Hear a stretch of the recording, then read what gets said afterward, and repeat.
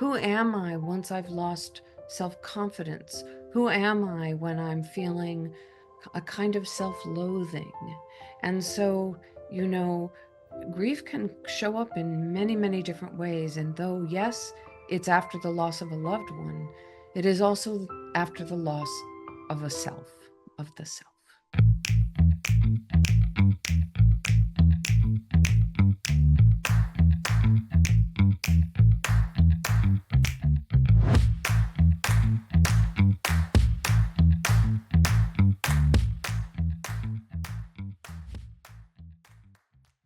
Hi, everyone. This is Martin Pytela for Life Enthusiast Health Shot podcast. You will find me at life-enthusiast.com.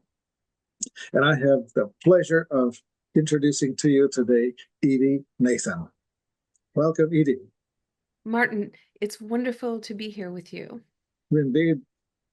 And just as we're talking, preparing for this show, I'm realizing this is not going to be an easy sunshine, everything's beautiful, we're going to go easy story, because you actually choose to talk to people about grief.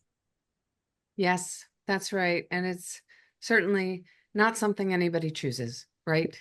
And as these things go, we usually get there because of our own personal journey, right? Oh, absolutely. Couldn't have said it better. Right. Well, so people, grief, you need to not ignore it. And we'll be talking about that today, why ignoring it is not the wise strategy. It's so true. Why It don't you, is. why don't you just lay it out? How did you fall into the pit of grief? Mm. There are many stories that I could tell and share with you and with your audience. But let me start with the opening to my book, It's Grief, which is a parable, but also a true experience. As I was out walking in Florida and I came upon this bird, and I had no idea what kind of bird it was, and it was this huge bird, and I was just like stopped, and it was gorgeous, and all of a sudden, as I stopped, it hopped toward me, and then I took a few steps closer to it, and then it hopped toward me again. And then I took a few more steps. And its last hop, I realized one thing. It was missing its leg.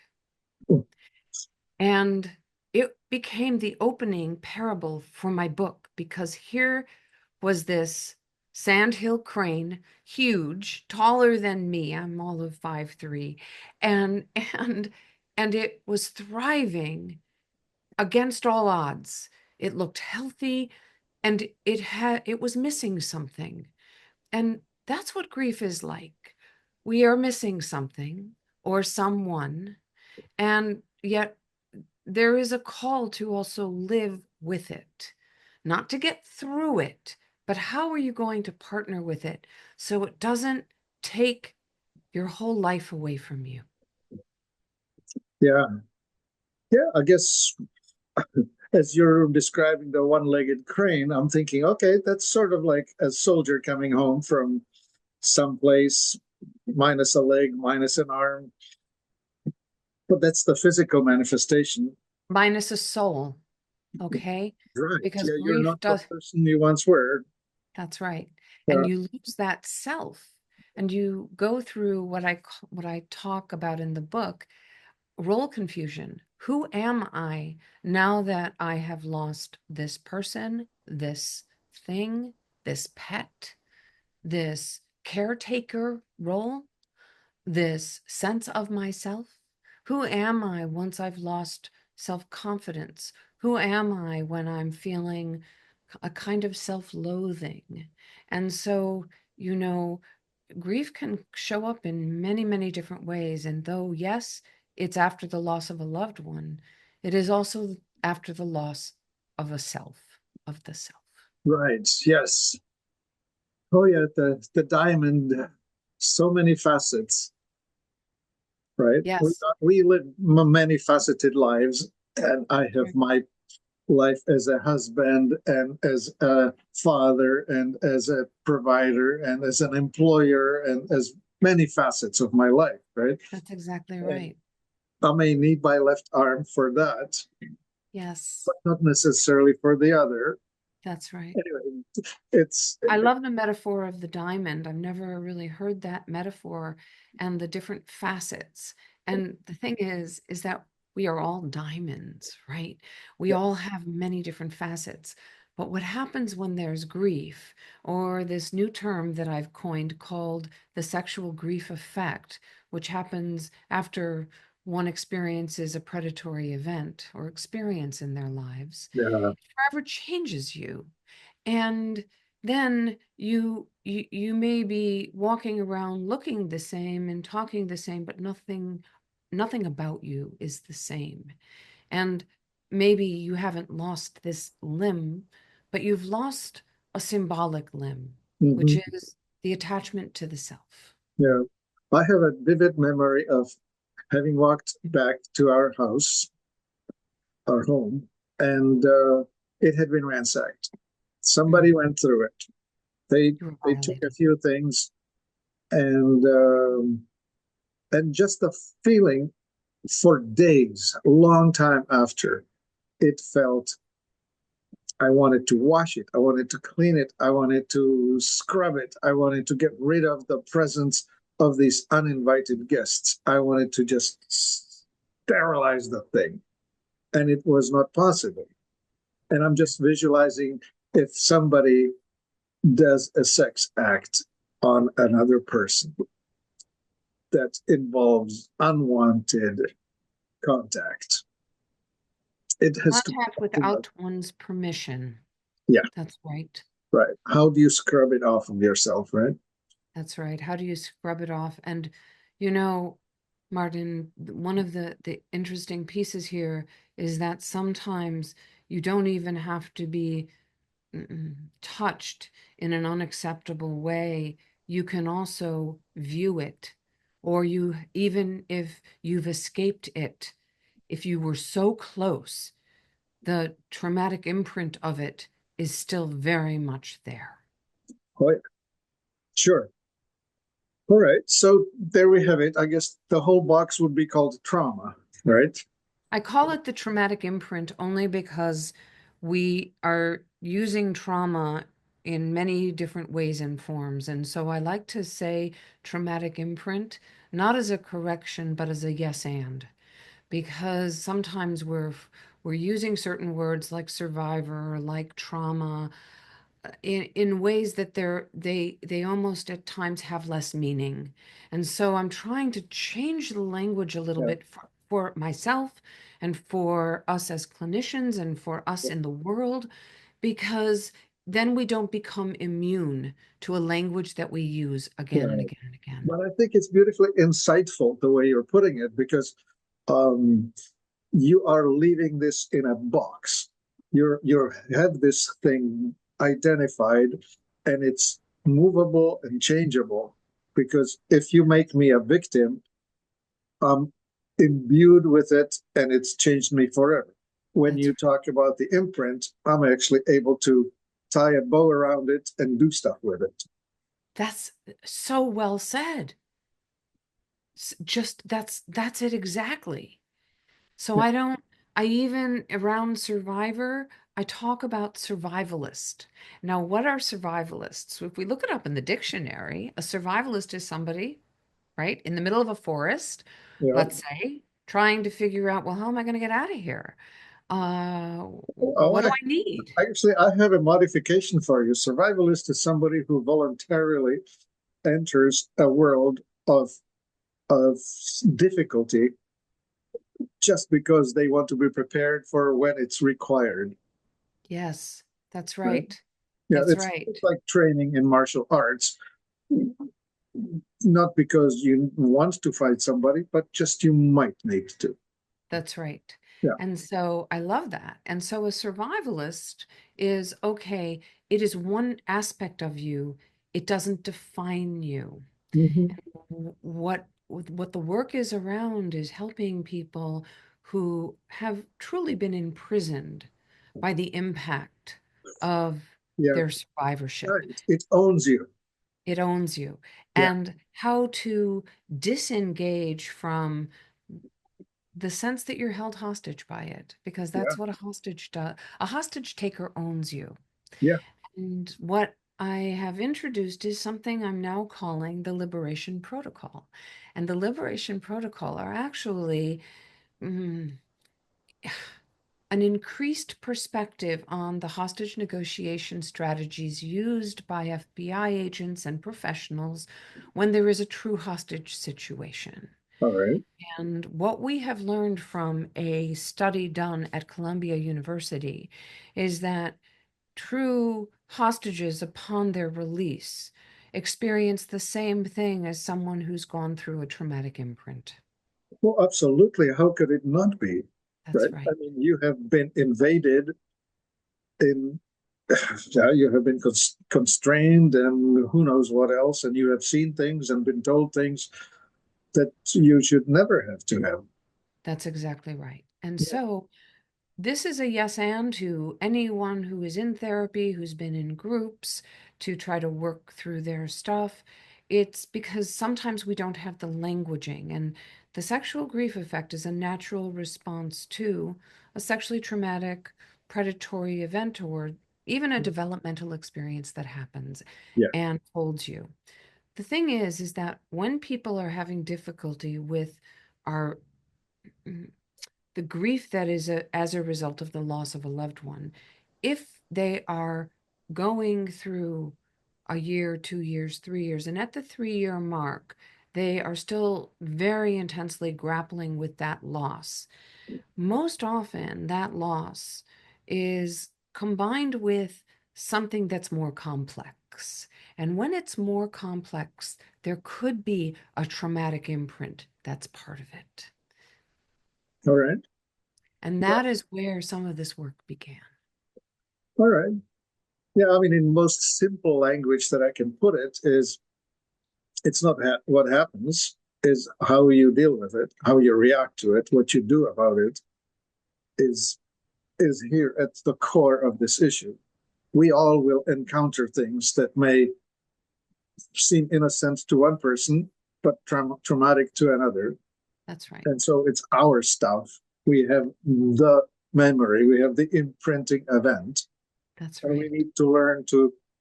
I think you're doing an awesome job of explaining how you need to put it in something that you can A define. container. We need a Yeah, container because contain. it Yeah, feels yeah. I containerless. called it a box, but container is better. If that's And better, I am not meant as a no, correction. no, no. That's It's a yes I'm and. not worried about that. And anyway, so the technique that you're bringing here is really important because I think every one of us will come with a bunch of stuff, That's right. and And the stuff that will define us, that's right. we should be able to choose off of whatever it is that we don't want to be defined by. That's exactly right. And if we think of like a pie, so what has happened to you can be part of the pie. Does it affect the rest of the pie and how that pie exists? Yes. And yet it doesn't mean that it is the only way you define yourself.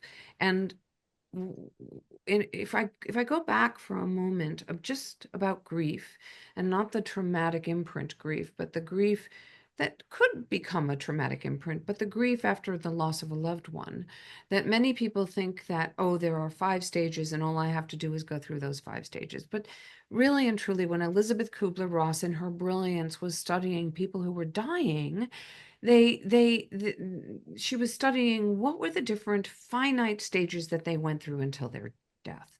And it was not written at all for people who were living with the loss. It was meant for people who were dying. Right. And so, yes, it was acceptance. And yes, it was initially denial.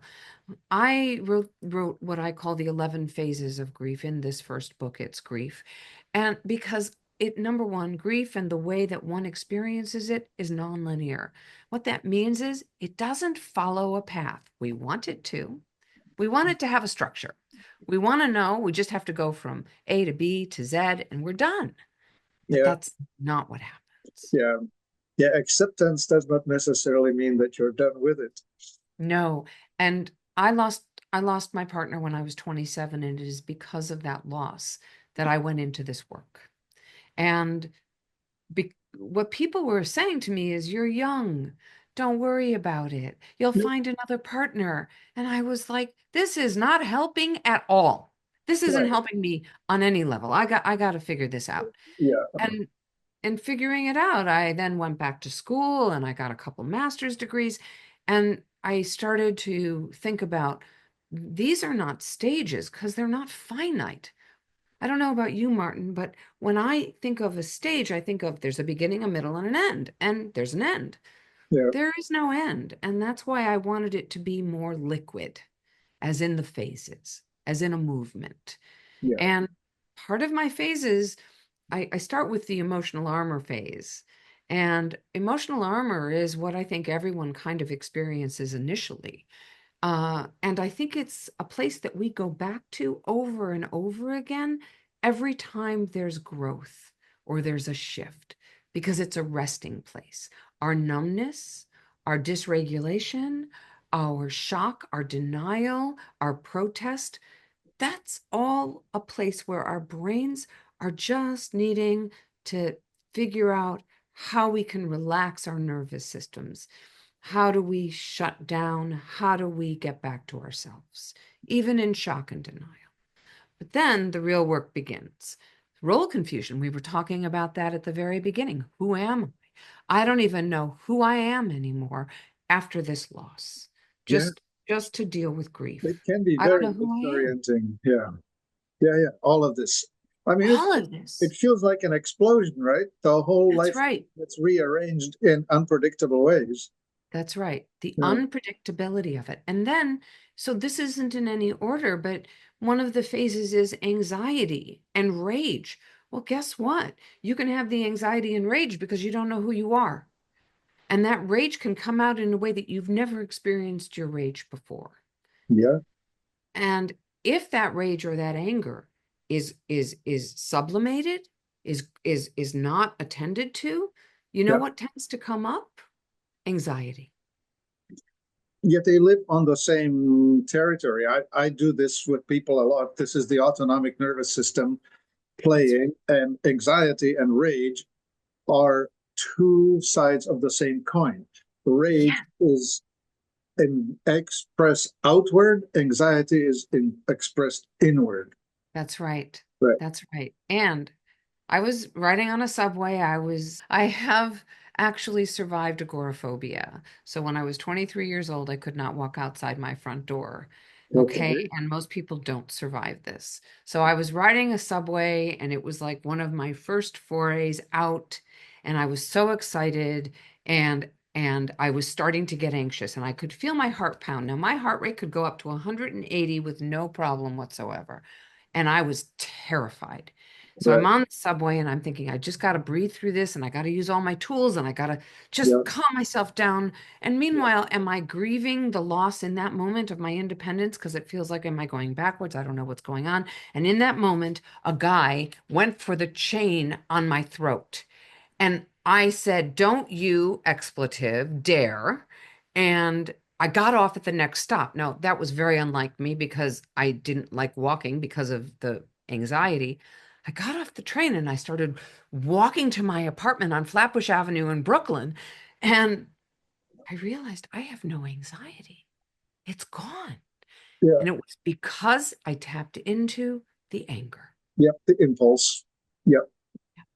And there it was. Yeah. Yeah. And was like, so now somebody comes in and they're feeling the anxiety. It's like, let's get into that anger because you're not honoring the anger that's underneath it. Yeah. Very good. You see, it's a physiological thing. I don't know if people realize that, but it's an acidic event. You're in the pH, the internal pH actually shifts. And when you release it, the anger is actually just causing it to flush and flood out. I really like that analogy. that it really makes the anxiety flood out. Yeah. Wow. Beautiful. Yeah. Yes. Thank you. Great. Thank you for that. I will use that, and I will Yeah. certainly attribute that turn of phrase to you. I Okay. appreciate All right. it. Let me tell you one more visual on the topic. This is you're in a toilet and you're drowning in it. And all you have to do is flush it and be done with it. Hmm. Hmm. That's it. That's it. So when in the middle of an anxiety episode, it is very hard to even think that you can think, Oh, it owns you. Absolutely. Yeah. right? Yeah. Yeah. Yeah. So the idea, so I don't know if in that moment that guy hadn't gone to he kind of saved me from my anxiety episode. Yeah. And he didn't get my chain, by the way. I just want you all to know. Okay, he did not get my chain because I was so loud on that subway. Like he immediately like removed his hand Uh, and I got off. And but the thing is that that actually began to frame so much of my work and what I talk about and the all grief right. I felt in that moment. Yeah. All right. Beautiful. There's an experience that can redefine you, right?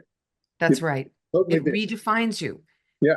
That's right. And in my brain, so in clients' brains, the hope is let's use that neuroplasticity. Let's start to change the way those neurons are actually Yeah. reattaching or sending signals Right. to to your information, to the amygdala, to the prefrontal cortex, right? Yeah. So that the information can begin to shift, and then you can have a different relationship to the next time you might have an episode with anxiety. Right. All right. So let's circle back to that grief Yes. business. So you have a traumatic event.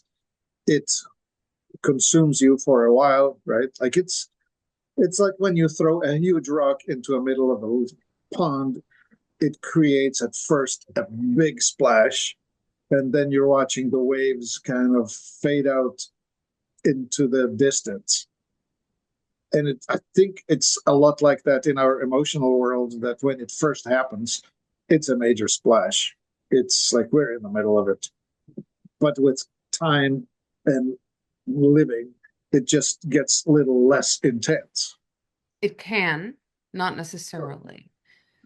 And the reason it can and not necessarily is if you happen to be living under the same roof as a predator. If you happen to be living in the area where you know you were hurt Okay, and you well, if you're can't getting escape it re-traumatized every day, every that's a single very day. big rock every day. That's exactly right. And Yeah, if you don't have the wherewithal or the knowledge, especially, for example, with domestic violence survivors, it's yeah, very, very hard to get out and yeah. to extricate oneself from that situation. And 1 in 6 women, some stats even say 1 in 3 and 1 in 10 men are sadly experiencing traumatic imprints, All right. and also developmental hits as well. And the developmental hit can come from neglect. That is the work of Ruth Gordon. I'm sorry, Ruth Gordon. I'm sorry. It is the work of Ruth Cohn on neglect. Ruth Cohn on neglect, and it is also the unwanted child in pregnancy. It is also any kind of negative initial first sexual experience. These are all examples where actually sexual grief can come up Yeah, because it's affecting the brainstem and it's affecting the nervous system and the way one is able to be in the world. And yeah, so, what is taken away is one's personal and social identity. one's inability to trust intimacy or be intimate or to learn or to hold on to learning. Many people don't finish school, and that's in even some of the developmental hits. And as we age, in terms of aging, women who are going, menopause is a hot topic now. There are many women who are being told, oh, don't worry about it, you'll just get through this. And it's like, no, it's actually a sexual grief thing, because they're losing their minds, they're losing their desire, they're losing their core senses of selves, and no one more now than ever before. But rarely are people actually talking about this. And for men, because this is not for women only, I'm a big advocate for men. Medication or prostate issues, and all of a sudden their performance sexually is flattened or non-existent, and that was part of their identity. And many men, more than we care to even identify, become suicidal, become self-loathing, disengage from family or partners, because of what they're grappling with. And they are imprisoned by this, and they are held hostage by the imprint it leaves. Right. Well, yes, to acknowledge it is so. And fortunately, we have tools to help the physiology. We do have bioidentical hormones that could We help. do. We do Yes. have tools for men to deal with their stuff. But that's on the physiology. They may not know it because in the mainstream this is not discussed. That's, This is that not is out it. In there. the mainstream, no one is talking about it, not really. So, yes, it is available. It's fixable. And if you come from a poor community, if you come from where it's a community filled with strife and inequities, no, No, not at all. no, you just stuff it, bury it, and suffer. So this is for all people, which is why I'm writing this second book, whose right now title is Dare to Live, Liberate the Self from Sexually Traumatic Experiences and Learn to Thrive. Because it is available to all people, no matter what your background, no matter what access you have to medical care, to Yeah, understand, yes, there is help. But there's one other piece. There are times when yes, the bioidentical can certainly help, but if you already have this sense of yourself and that is filled with a self-loathing, even though you may begin to feel better, some part of the brain hasn't adjusted. And so you can physically manifest something, yeah, but you if do need to redefine yourself. You have to. that's it. Yeah, That's and right. it's a hard adjustment It because you is. are experiencing a loss. Loss of youth That's right. is not fun. Loss No, of your reproductive ability is not fun. that's Loss right. of your sexual enjoyment, Not not fun. fun. No, Yeah, no, you need to redefine. that's exactly right. Yeah, And find the tools to actually be curious. So one of the liberation protocols is curiosity, and it's a curiosity that is embodied.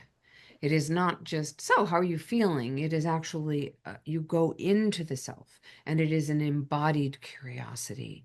The questions you're asking have to do with, you know, not just how you're feeling, but what the experience is, and how would you rather be feeling, and what have you lost, and what are you grieving, and what are you yearning for?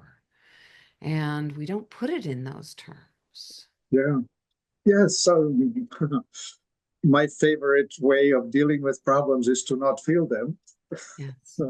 And Yeah. as you're saying these words, I'm thinking, oh, yeah, that's right. I should actually go inside and ask the question, what am I Yes. now grieving for Yeah. Yeah. specifically? That's right. And Yeah. oftentimes when I use the word grief, people don't understand because they think they associate grief only to the loss of a loved one. So it's like, well, I haven't lost anybody. So what are you talking about? Mhm. Oh, so you haven't lost some part of yourself? Let me reframe. So the reframe is, what are you yearning for? Yeah, that's right. What are The you, gap between what is and what could be. that's right. And what are you Mm. hungry for? Mm.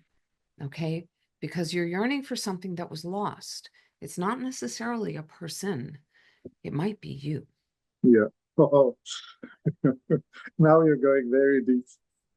And I'm not talking about you per se, but the No, you. no, Okay, the sense of who I am was that's could have exactly, been, yes, that's right? exactly I right. mean, oftentimes it's just realizing that I will not be the, I don't know, pilot or That's race car right. driver or whatever That's the heck right. you think you could have been. That's right. That's right. Yeah. That's exactly right. Yeah. All right. So, So how do you go about this? How do you go about helping people? So you write a book. Where do you find them? where do I find the people? Well, Oh, the I'm a book. clinician, No. I'm in private practice, but I also go around the world and I talk about this. All right. My last outing was to actually I did not speak there, but I certainly got a massive education, and that education was around uh, the conference was called End Violence Against Women International, but it's also for men. And this organization really helps the police and the FBI learn how to talk to people and interview people who have been assaulted, Mhm. and how important it is to um, really have a conversation where you come from believing rather than disbelieving. And I was not aware of how many people are disbelieved around our nation when they go in and they report it. And so many Yeah. times, what happens to people is underreported. So my hope is that next year I'll be speaking there, but where I speak, Oxford University, I speak at the Adlerian Conference. I speak at conferences and at Yeah. universities, the University of Michigan, and other Yeah. universities around. So that people get a sense of what I'm doing, and now I'm developing a course called on grief, and it's the 11 phases, and the next course will be on sexual grief. That's awesome. Yeah. So the websites that you have put together, Yes, so it's it's just Edy Nathan, right? edynathan.com. Yeah, And Edy is spelled Edy. it is. So Yeah. it's Edy Nathan, Nathan dot Yeah. com. Yeah. So that's all the links are there. So let's go visit and see what good stuff can be put forward. Absolutely. Yeah, Absolutely. And I thank you. Thank yeah I you. see it as a very worthwhile service to mankind that you put out, and you're coming through with such level of wisdom that has I don't know, I just have a sense of it that you cannot really have wisdom without bumping into problems and overcoming them. Like it's not just book learning, this is life learning, and I You're can right. just feel it coming through you very loudly. Thank you. Thank you. Thank you for that. Thank you Yeah, for being present with me, and thank you for allowing me the gift of being present with you. much appreciated. Yes. Didi, you do such an important thing in life, helping people get up from where they are falling apart. Yes. Yeah, Thank you. Yeah. It it's not something that I chose, it chose me. yeah, Right. And so the legacy of the work continues by these conversations and talking about the things that people don't want to talk about. yeah, Grief, the traumatic imprint, and yeah. frankly, sex and the driver of sex. Oh yeah. Okay, I'm not talking Yeah, about we haven't. sex. I'm Yeah, talking we haven't about, talked about that enough.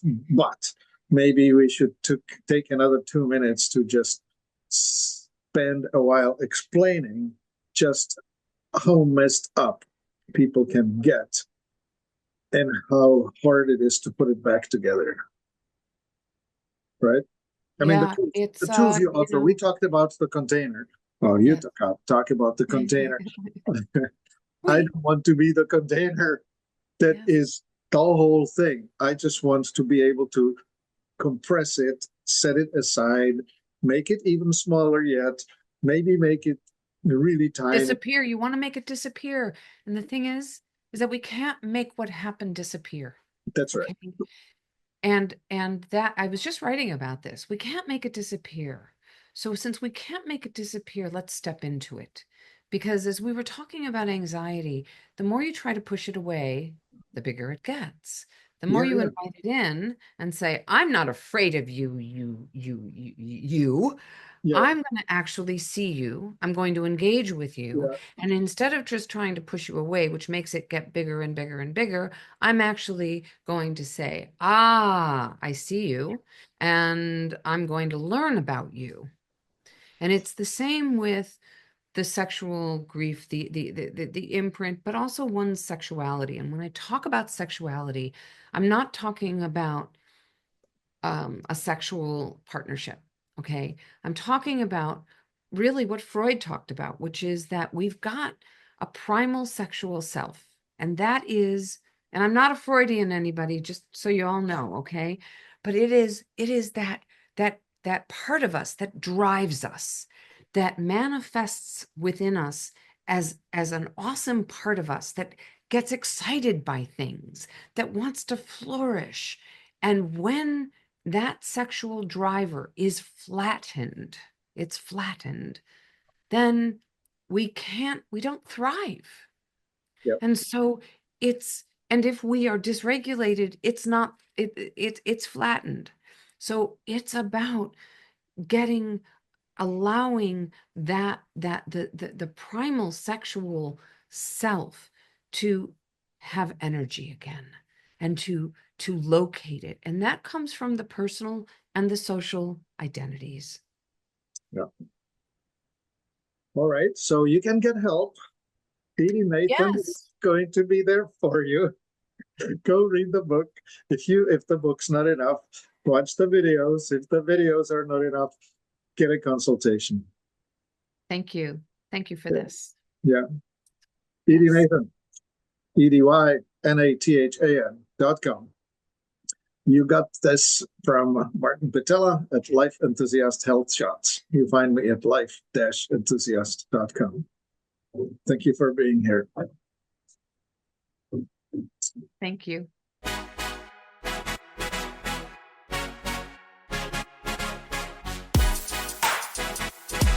Hey.